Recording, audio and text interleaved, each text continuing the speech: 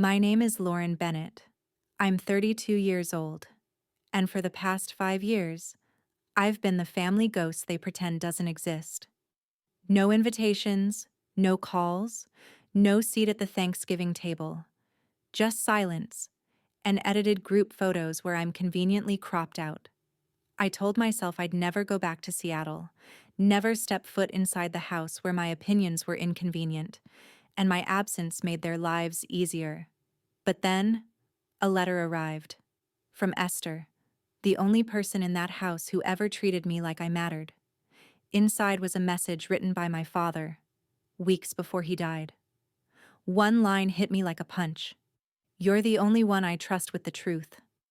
And suddenly, the cold silence from the past 5 years made sense. The missing will. The shady boardroom changes. The family business shifting hands. Right into my sister Victoria's perfectly manicured grip. I booked the flight back before I could talk myself out of it. And when I showed up, what I uncovered wasn't just betrayal, it was calculated erasure. They didn't just cut me out of the family, they rewrote history to make it look like I was never there at all. What I did next? Let's just say, they should have double-checked who still had the receipts. If you've ever been erased from your own story, if you've ever watched people smile for cameras while burying the truth behind closed doors, stay with me, because this is how I took back my name and made sure the truth walked into that boardroom louder than any lie they ever told. 4 years. That's how long I'd kept my promise to myself. A promise made in anger, in mourning, in the hollow space grief leaves behind when all the shouting is done. I told myself I would never go back. Not to the creaking steps of the Bennett house, not to its antique banisters polished by generations, not to the cold stares of a sister who had turned her heart to stone long before our father's casket was lowered into the earth. But fate, as always, had its own agenda. The letter came on a Thursday. I found it tucked inside a larger envelope from Esther, the woman who used to hum Ella Fitzgerald while folding laundry, and had once held my hand when I scraped my knee on the front porch. She'd written a short note in her curling, slanted script. "I thought you deserved to see this, Lauren." He wrote it weeks before he passed. I found it while cleaning out the cellar. The smaller envelope inside smelled of cedarwood. The scent tugged something loose in me, a memory perhaps, or a wound I thought had scarred over. My fingers trembled as I unfolded the letter. "Lauren, if this reaches you, it means Esther still knows the difference between what's right and what's convenient. I'm not sure how much time I have. I can feel the sickness getting ahead of me. There are things I need you to know, truths buried beneath years of family expectations, boardroom deals, and Victoria's polished lies. You are the only one I trust with the truth." My breath caught. He had signed it the old way, just his initials, HB. I read it again, and again. The more I read, the more the silence in my apartment grew unbearable, as if the walls themselves were holding their breath. The truth? What truth? I stared out the window of my Austin apartment, where the sun still burned hot over late October sidewalks, so unlike the damp chill of Seattle. I should have ignored the letter, should have tucked it into a drawer and forgotten it like so many other family secrets. But my hand was already reaching for my phone, searching flights. My mind was already unpacking memories I'd shoved deep into mental boxes labeled "Do Not Open." As I booked the ticket, a flash of his face returned, my father sitting in his favorite chair by the fireplace, coughing softly, his eyes cloudy yet calm. That night, he'd asked me to stay one more day. I hadn't.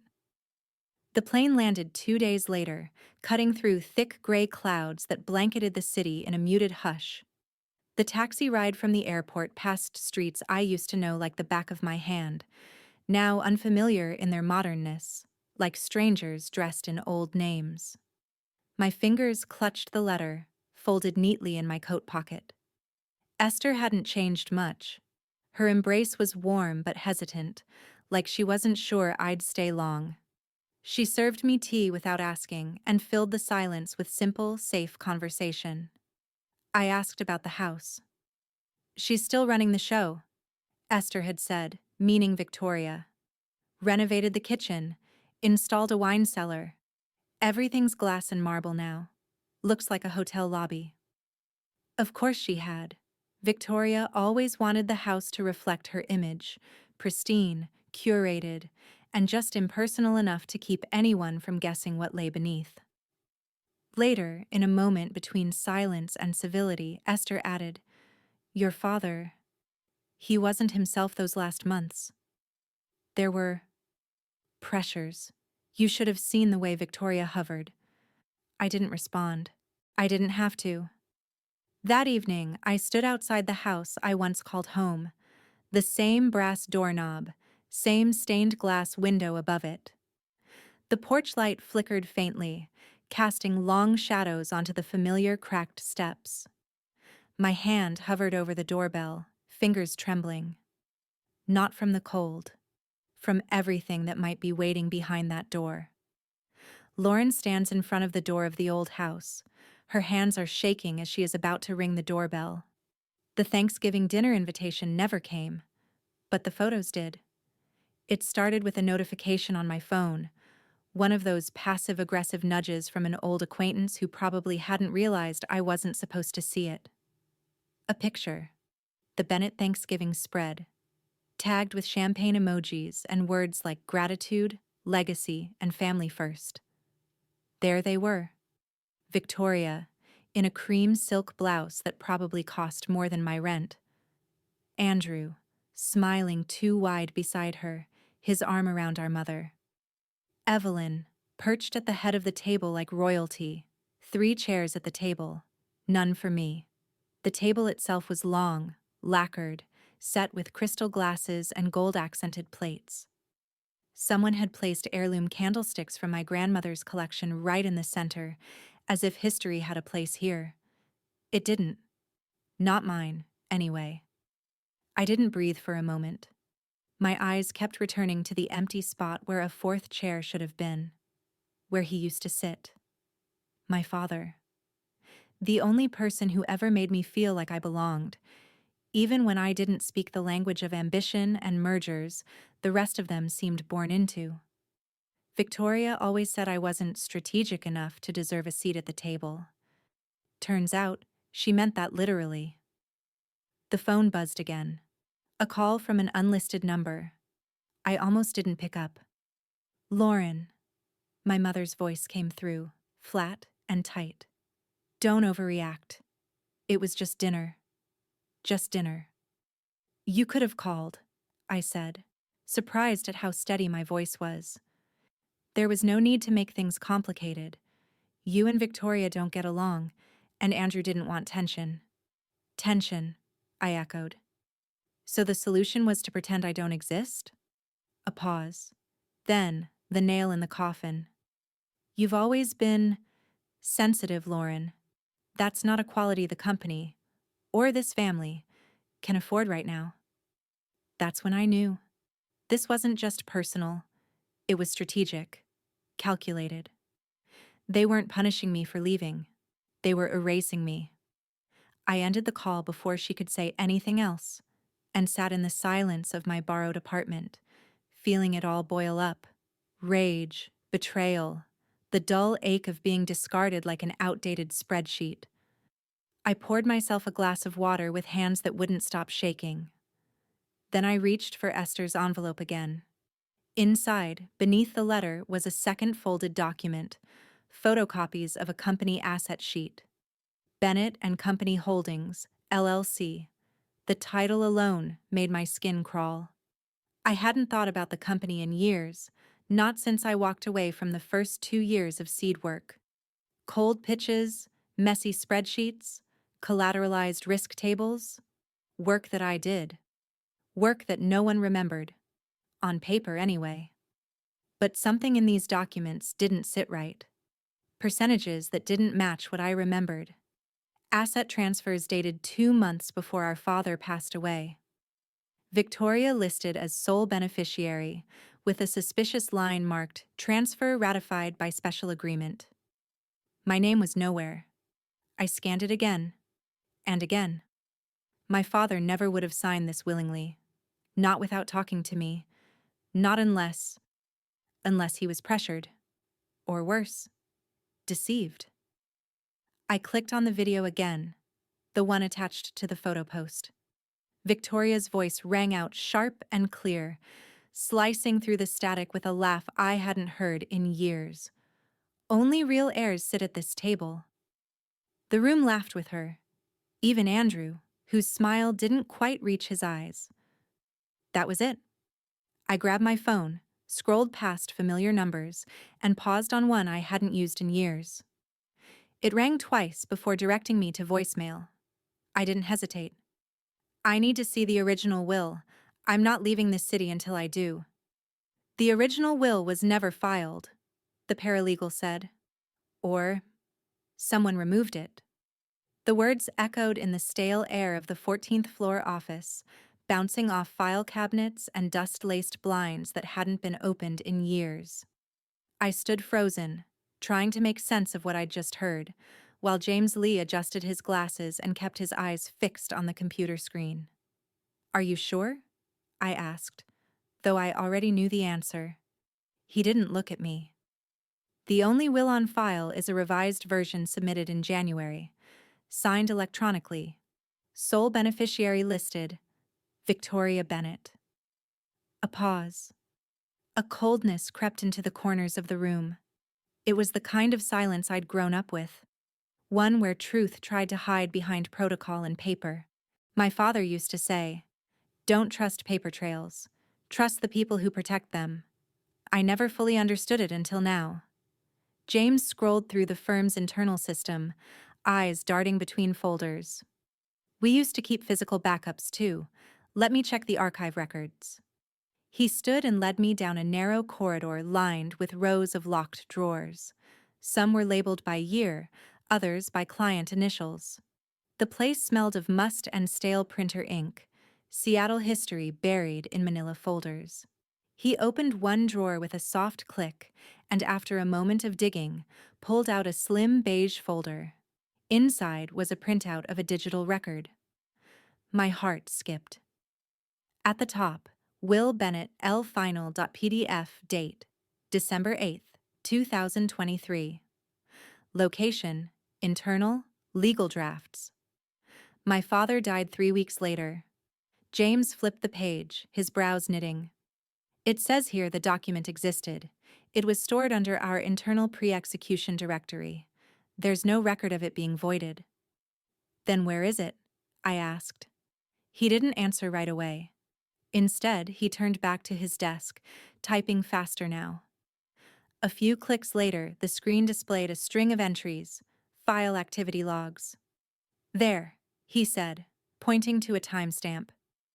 "January 9th. File flagged as moved to family request, confidential folder." My mouth went dry. Who made the request? He didn't need to check. He did anyway. He clicked on the log detail and the name appeared in neat blue font, Victoria Bennett. James exhaled slowly and leaned back. "She came in a week after your father passed, said she was handling final affairs." "She removed the will?" I asked, voice rising. He hesitated. "She requested that it be reclassified. That's not uncommon in family estate cases. But this file is now untraceable. No backups, no duplicates. It was never formally executed through probate." A chill slid down my spine. "And you just let her?" I asked, sharper than I meant. James didn't flinch. "At the time, we had no reason to question her. She was persuasive, and legally, if no one else contested." "But I am contesting it now," I said. He gave me a look, part sympathy, part regret. "You'll need more than suspicion. You'll need hard evidence the document existed and was meant to supersede the version filed." I nodded slowly, as if I could think my way out of quicksand. Esther's letter, the asset sheet, this archive record. It wasn't enough, but it was a beginning. As I stood to leave, James called after me.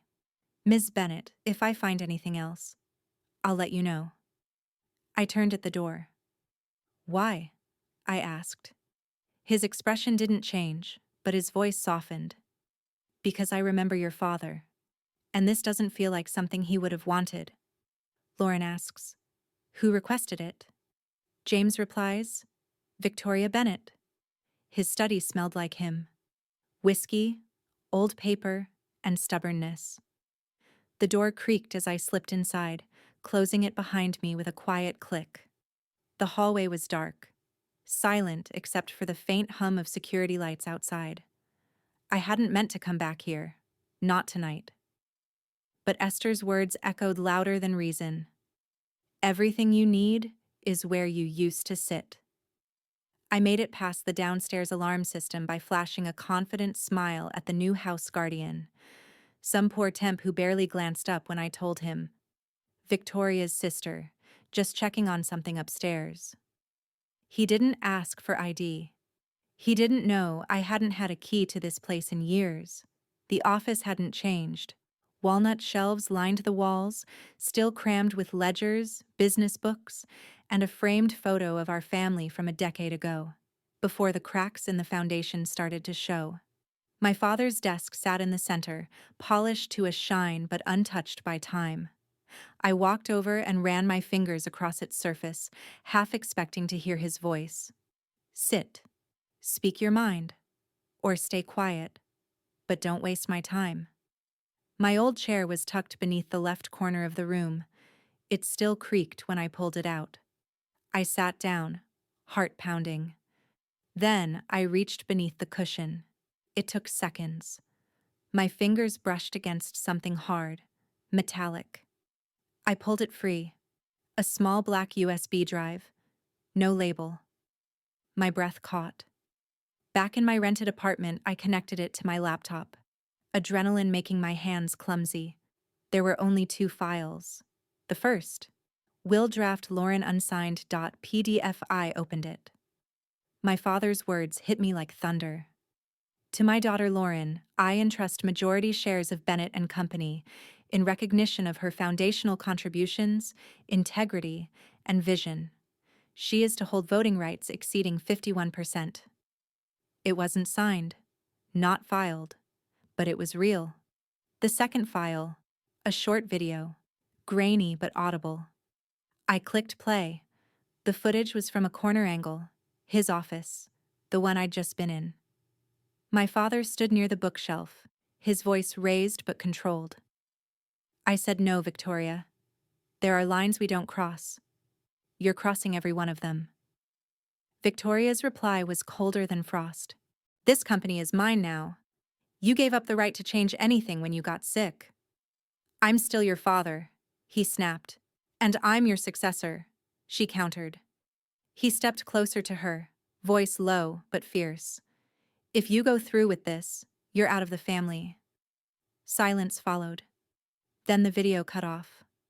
I stared at the frozen frame, his face tight with anger, hers unreadable. I sat back in the dark, letting the weight of it all settle.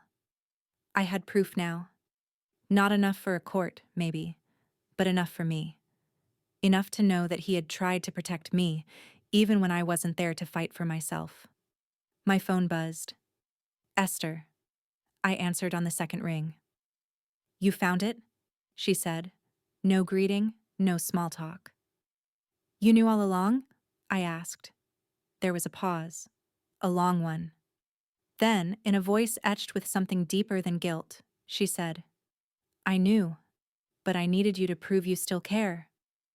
"I'm glad you're back," Victoria said, raising her glass. "Though I wonder what made you crawl out of your hole." The words were coated in velvet, but the blade beneath was unmistakable. I lifted my wine, letting the light catch the rim just long enough to delay my response. "To family?" I said softly, and clinked her glass with a hollow ting. The restaurant was one of those boutique Italian places Victoria loved, elegant but performative. Candles flickered on every table, A pianist played something wistful in the corner, the kind of place where enemies dined in disguise. Andrew sat beside her, silent, his eyes fixed on the breadbasket. He'd always been quieter than us, observant, neutral. But tonight, he looked like someone trying hard to disappear into the linen. Victoria reclined, sipping her Barolo. Her posture was relaxed, her gaze alert. "You surprised everyone, showing up like that," she said. "Seattle hasn't seen you in what, 4 years?" "5," I corrected. "Almost to the day." She gave a theatrical blink. "Has it really been that long? Time flies when you're successful?" I smiled, not taking the bait. "You look well. So do you. Well-fed, rested. Austin must be treating you." "Austin treats people who treat themselves?" She tilted her head, amused. Still cryptic. Some things never change. And some things do. The waiter arrived to take our order. Victoria ordered for all three of us: truffle gnocchi, carpaccio, sea bass. I didn't protest. There would be plenty of time to disagree. As soon as the plates were cleared, she leaned in, voice hushed as if sharing a secret. "Look, I know we've had tension, but I invited you tonight because I thought we could finally clear the air. No lawyers, no documents. Just us." I nodded. "That's thoughtful." She smiled. "And I hope you'll let go of some of your suspicions. Father's death was hard on everyone, especially the ones who inherited everything," I thought, but said nothing. "You've been to the firm, haven't you?" she asked, swirling her wine. "James Lee is still such a sweetheart. I hope you didn't make him uncomfortable." "Should I have?" I asked. She shrugged. "You always had a flair for dramatics." Andrew shifted slightly, glancing up at me. I caught his eye. He looked away. I set my glass down. "Why did you go to the lawyer's office on June 5th? The words cut the table like wire. Victoria's smile didn't falter, but her eyes narrowed. "That's specific," she said. I said nothing. She glanced at Andrew, then back to me. "I was finalizing something our father always wanted. You wouldn't know, of course. You weren't around." Andrew stirred. He didn't speak, but his eyes were on her now. Really on her. As if something had finally made him wonder. I folded my napkin in my lap, keeping my tone even. "Interesting, because I spoke with James. He said you requested a file to be moved. Family request. Confidential." She blinked slowly, then laughed. "Darling, I've been running this company for years. I make 100 requests a day. You can't expect me to recall all of them." "I don't," I said. "But I remember the important ones." Her smile twitched. There it was. The first ripple in the surface. I leaned back slightly, as if content. "I may have been gone, but I know more than you think.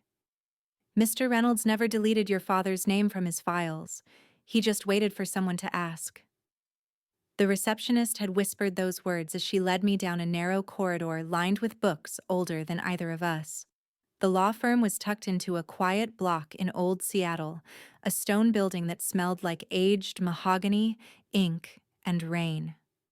In this world of cold corporate glass and disappearing paper, Harold Reynolds's office was a time capsule. I found him seated in a leather chair behind an oak desk, flipping through a file with fingers that had clearly outlived the tremors of ambition. His white beard was trimmed, and the glasses perched low on his nose gave him the air of someone who no longer had to prove anything, until I said my name. "Lauren Bennett," I said, extending a hand. He didn't shake it. "You look like your father," he muttered. "Sharper cheekbones. Same stare." "I didn't come here to stir memories, Mr. Reynolds." "Then you shouldn't have walked in looking like him." I placed the USB drive from Esther gently on his desk. "Esther said you'd know what to do with this." His eyes moved to the drive. His fingers paused mid-flip. Then he closed the file and leaned forward, steepling his hands. She was always loyal, he said, even when she shouldn't have been. He inserted the drive into an ancient tower beneath the desk. The fan hummed to life. Moments later, the screen flickered, revealing the unsigned draft and the video of my father's confrontation with Victoria. You already saw this, he said, voice even. I did. Then I suppose you're ready for what comes next. He rose slowly, walked to a locked cabinet in the corner, and retrieved a small fireproof box.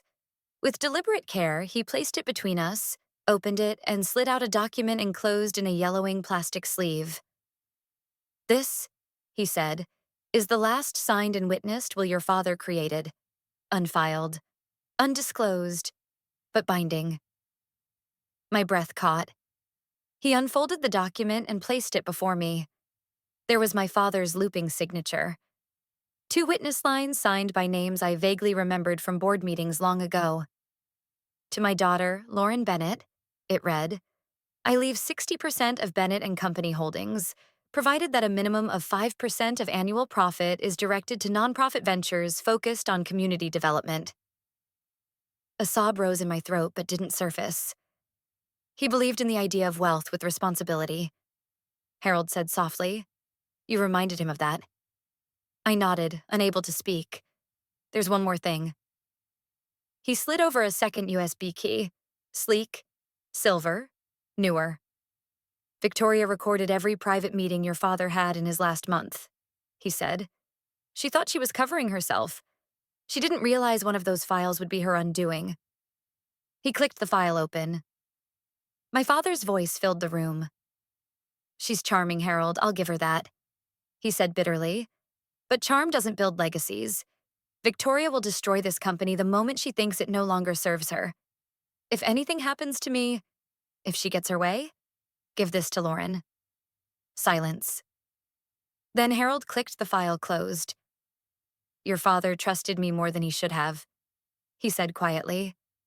I should have filed it, but I waited. For you. My fingers closed around the USB key. He studied me, then said, If you're serious, take this to Thomas Carver. He's more scared than loyal. Thomas looked at the USB like it was a grenade. Do you have any idea what this could cause? Do you? I asked calmly, pushing the small drive across the table until it touched the edge of his saucer.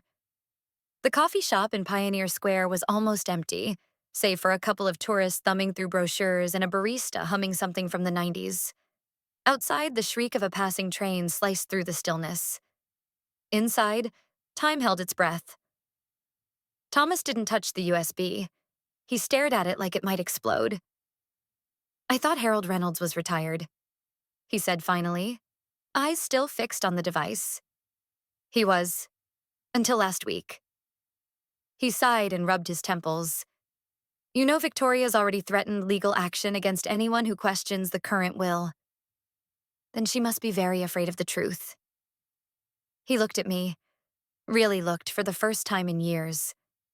His face was more weathered than I remembered, less polished. There were bags under his eyes that no amount of money could fix. I've stayed out of this, he said. For years. I told myself the company needed stability and she could provide it. And did she? He hesitated. She moved fast, reorganized departments, reallocated funds. To where? I asked, leaning in. His jaw clenched. That's not something I'm at liberty. She forced you to sign the withdrawal from the community fund, I interrupted. The one Dad set up. You were supposed to oversee it. His hand flinched. The saucer clinked against the table. Esther kept the paperwork, I said.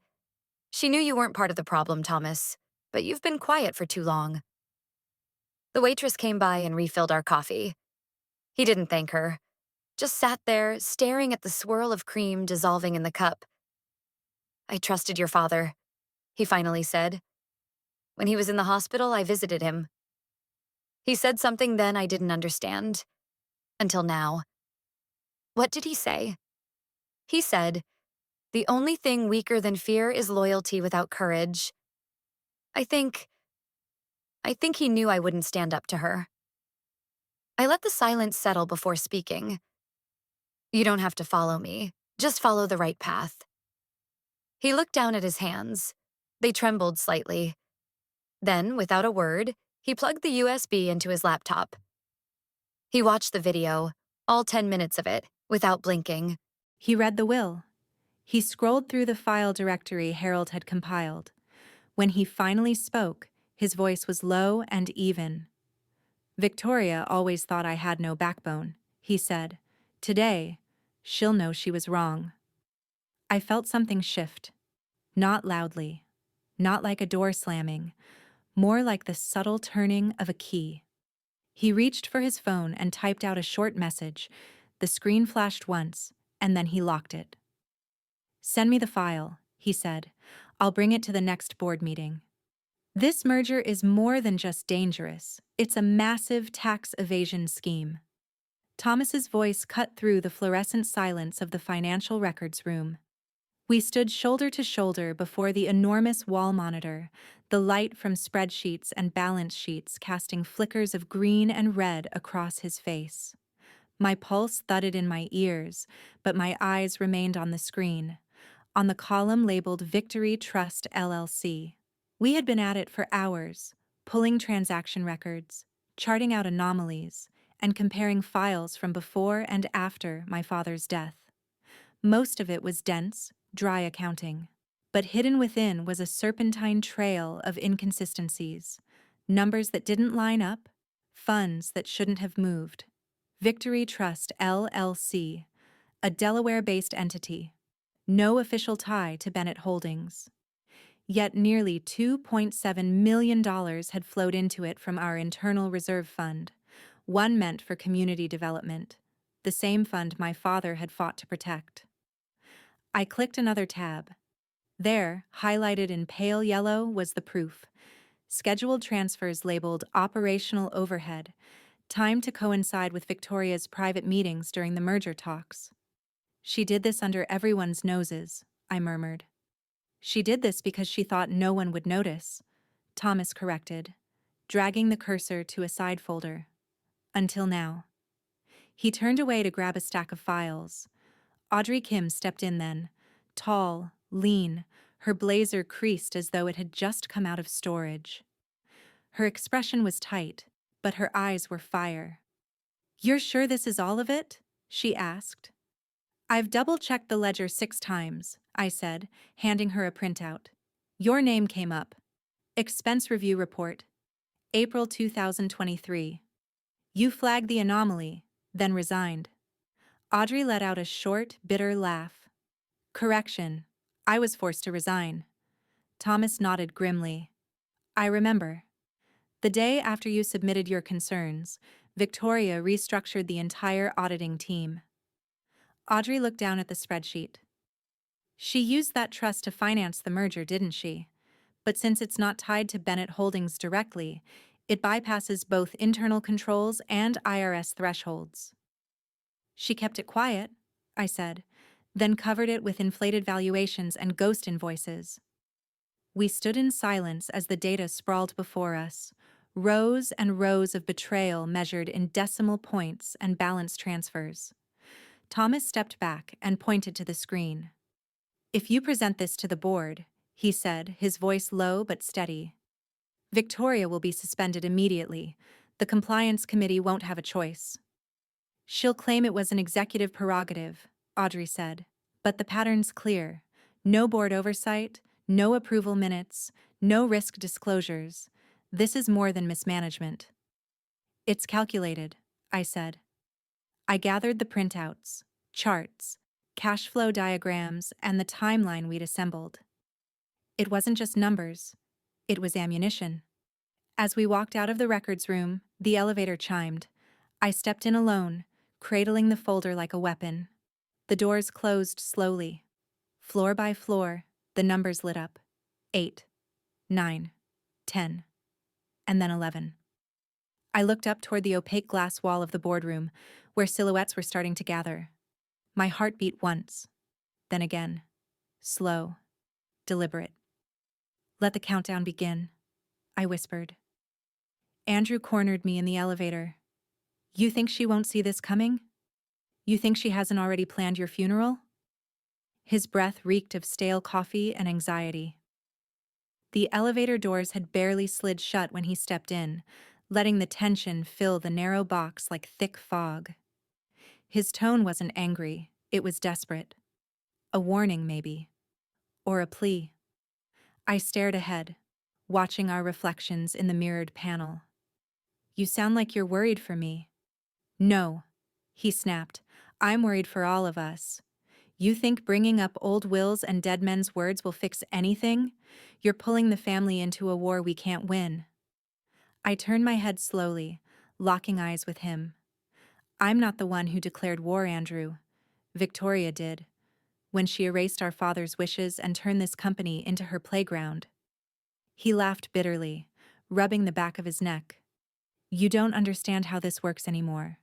There are deals in motion, partnerships, foreign boards watching. You blow this up, you blow everything up. For what? For some moral closure? No, I said calmly. For truth. The elevator dinged. Floor 11. As the doors parted, Andrew leaned in one last time and whispered, She's not going to stop, Lauren, and she won't lose quietly. I'm counting on that, I replied. The hallway beyond was a corridor of tension, executives moving like shadows, voices muffled behind frosted glass. I walked with purpose, file in hand, toward the boardroom. The meeting had already begun. Inside, the table gleamed under recessed lights. Victoria stood at the head like a queen at court, silk blouse sharp, smile sharper. Her gaze landed on me, and the curve of her lips hardened. Well, she said, with a tone that dripped performative grace. It seems our guest of honor has arrived. Before we proceed, I have an announcement. She tapped the screen behind her, and a statement appeared. Lauren Bennett is conducting an unauthorized internal investigation. A wave of murmurs swelled. Thomas looked up, expression unreadable. Victoria continued, her voice ringing clear. Effective immediately, I am requesting a temporary suspension of Lauren's access to corporate systems and confidential data. This behavior is a breach of internal ethics. I opened my mouth, but she raised a hand. Let me finish, she said sweetly, then turned toward Thomas. And to our CFO, who has, I'm told, been assisting in this effort. Let me make something clear. She stepped closer, resting her hand on his shoulder. Whoever chooses to follow her, she said, eyes still on me, will be removed from the council. Today. The silence that followed was suffocating. Every board member seemed to sink into their chairs, eyes darting between the three of us. No one moved. Not even Thomas. Then he stood. The rustle of his chair scraped against the floor like a thunderclap. He didn't speak right away. He walked, slowly, deliberately, past Victoria, past the screen, and over to where I stood near the side wall. He faced me, nodded once, then turned to the room. I choose the truth, he said simply. The air fractured. Someone at the end of the table exhaled sharply. Another adjusted their glasses. But it was Victoria whose expression cracked. The mask faltered for just a second, long enough to reveal the fire beneath. And then silence again. 15 people, one room, and a single irrevocable choice hanging in the air. I'm not scared of what you'll say, Victoria. I'm scared of what you've already done. My voice echoed against the glass walls of the 12th floor boardroom. 10 pairs of eyes turned toward me, some curious, some wary, and a few already darting toward the woman at the head of the table. Victoria sat perfectly composed, legs crossed, fingertips resting lightly on the edge of her notebook, as if she were expecting nothing more than a dull meeting and a catered lunch. Thomas nodded beside me, then tapped the remote. The lights dimmed. The projector hummed to life. I took a slow breath. Before we begin, I want to be clear. I'm not here to seize anything. I'm here because something was taken. Not from me, but from our father. From this company. From all of us. A murmur stirred at the far end of the table. The screen flickered, and then the room fell into silence. There he was. My father. Alive in pixels and voice. Sitting at his desk 3 days before his death, gesturing sharply as Victoria stood opposite him. The room leaned in as his voice rang out. Victoria, if you go through with this, you're out of the family. You don't erase my legacy because it doesn't suit your numbers. Victoria's image on screen was colder than I remembered, her tone sharp, measured. You're holding this company back with your sentimentality. I'm cleaning house. The video froze. Gasps. A few board members glanced at each other. I stepped forward. This wasn't recorded by me. It was captured, secretly, by someone in this room. I have a signed affidavit from the source, but even if I didn't, the words speak for themselves. I clicked again. Audio this time. My father's voice came through, less heated now, but heavy. She has the ambition, but not the judgment. And if she's given full control, this company will lose its soul. Lauren, she has the heart. Give her 60%. Let her keep 5 for the community. I clicked again. The screen showed a scanned copy of the notarized will, dated 2 weeks before the one filed by Victoria, with an embossed seal, signatures intact. For a full 5 seconds, no one moved. Then Mr. Hawthorne, gray-haired, usually silent, leaned forward. I never signed the version Victoria presented. I thought something felt off. Audrey, bless her quiet strength, pulled a folder from her briefcase. There are discrepancies in the financials tied to Victory Trust LLC. Money moved without board review. Victoria laughed softly. It wasn't the sound of someone caught. It was the sound of someone cornered who still thought she had fangs. She rose slowly, brushing a hand over her tailored blazer. Well, she said with a faint smile, I suppose we're not pretending anymore. No one answered. She walked toward the projector, looked down at the will I'd placed on the table, touched it with a single manicured finger, then looked up at me. If this is war, Lauren, she said, voice like silk over steel, just know I don't lose. And with that, she turned and walked out. No one stopped her, but everyone watched. And the silence she left behind was no longer fear. It was beginning. Victoria always scheduled things 2 weeks in advance. This one? It appeared 18 hours ago. I first saw the notification at midnight. Subject line, emergency board review, leadership review. No details, no attachments. Just the time, Monday, 9 a.m., and the location, Conference Room D, which meant one thing. She was striking back. I arrived early dressed in the same navy suit I wore to my father's funeral. The room was colder than usual. Someone had already drawn the blinds. A pitcher of untouched water sat at the center of the oval table. Chairs were being filled, slowly. Thomas nodded at me. Audrey entered next, tablet in hand. Andrew came last, head lowered, lips pressed tight. Victoria was already there, standing, dressed in a bone-white suit, hair in a perfect chignon, eyes like polished glass. Let's begin, she said, without glancing at the clock. She didn't waste time. Over the past week, she began, our company has been subject to internal disruptions. Documents of dubious origin have been circulated. Private conversations recorded without consent.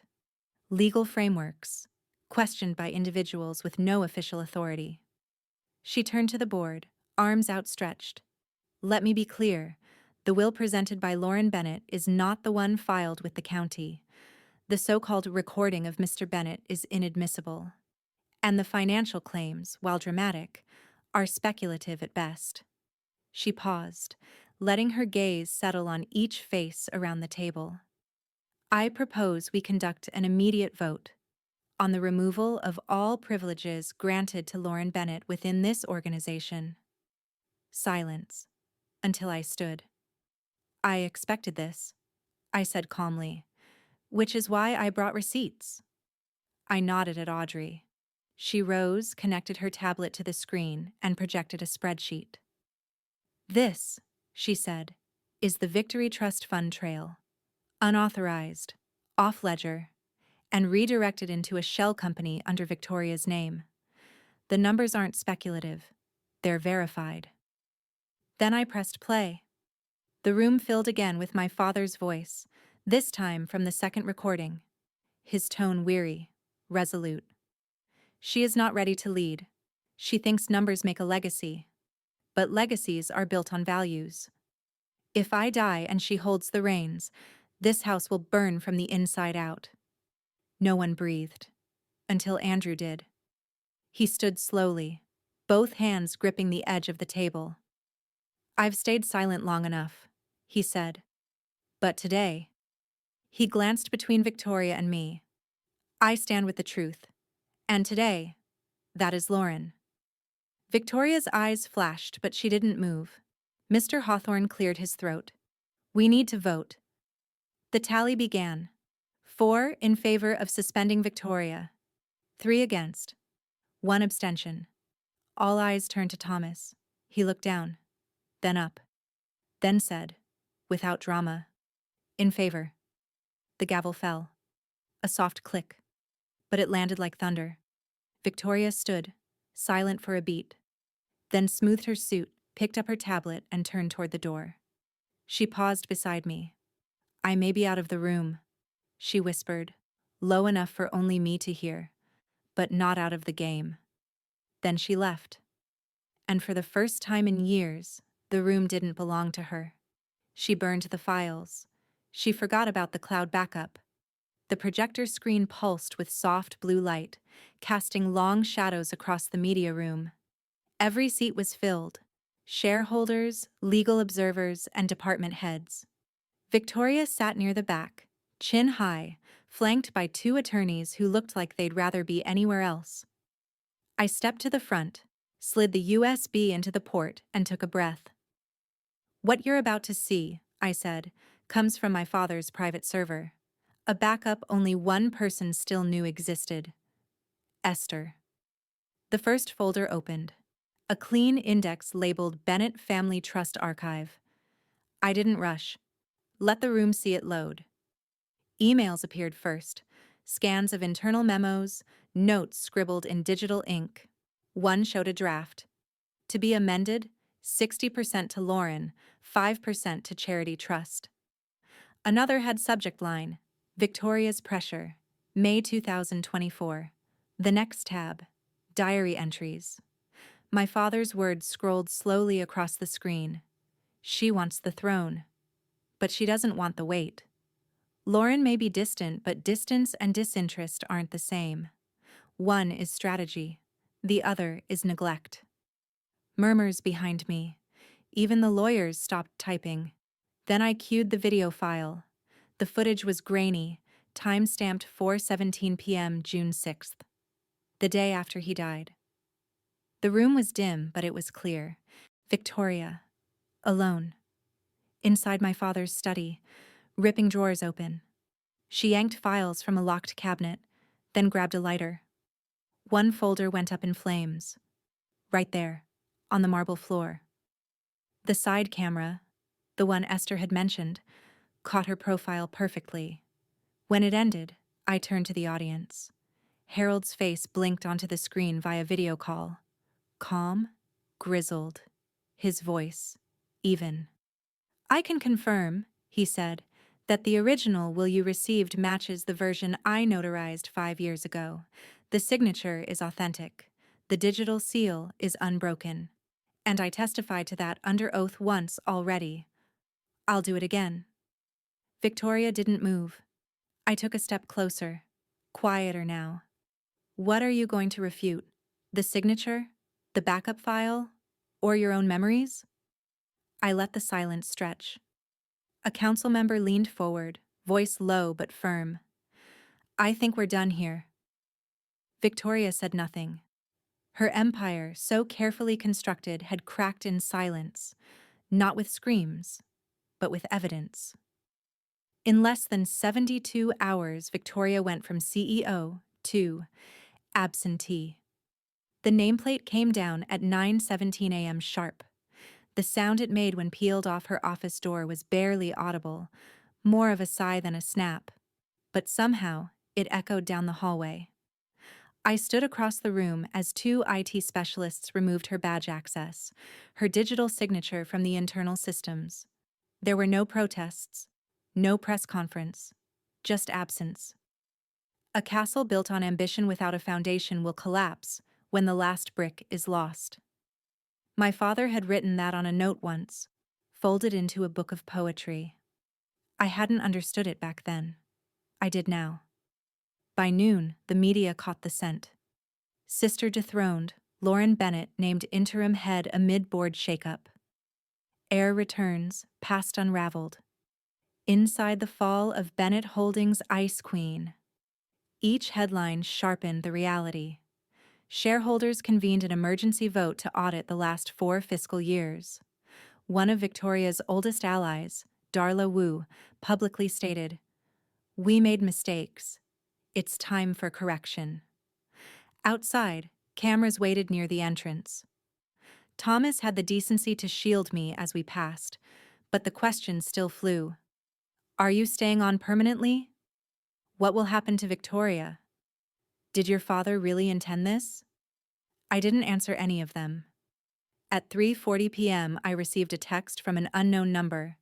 "She's packing. Leaving tonight." I didn't ask who sent it. Instead, I opened my laptop and typed a short email. No greeting, no sign-off. Just one line. "You could have asked for help. You chose war." I never hit send. I just let it sit in drafts, like a truth that no longer needed to be spoken aloud.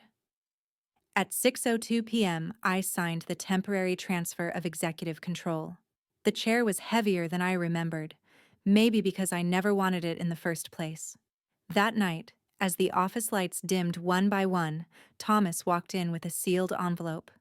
"No sender," he said. "Postmarked the day your father died." I held it, fingers tracing the faint imprint of his handwriting. My name. Just that. No title. No demands. Just Lauren. And for a moment, I didn't care about the signatures, the statements, or the power. I just wanted to hear his voice again. "I never wanted you to carry my battles, just my values." The library smelled of cedar, dust, and time. Afternoon light filtered through the stained glass window, casting fractured reds and golds across the carpet. I sat in my father's old leather chair, worn in the corners, still holding the shape of his shoulders, and held the envelope like it might disappear. The handwriting was unmistakable. Every curve, every straight edge of my name was the same as I remembered from childhood notes and birthday cards. But this wasn't a celebration. This was something he never meant to send. Inside, the letter was brief. 2 pages, folded with precision. I unfolded it slowly. "Lauren, I know I may not be here when you read this. If that is true, then I have failed in one of the few things I had left to do, to tell you, to your face, that I am proud of you." I blinked. The words blurred. "I never gave you the company directly. Not because I didn't trust you, but because I didn't want to make you fight someone else's war. If you were going to take it, I wanted it to be because you knew why it mattered. Not for me. For yourself. I watched you grow distant, and I blamed you. That was unfair. The truth is, I grew silent first. I let Victoria talk louder because I was tired, not because she was right. Forgive me for that. For all of it." I closed my eyes. I could almost hear his voice again.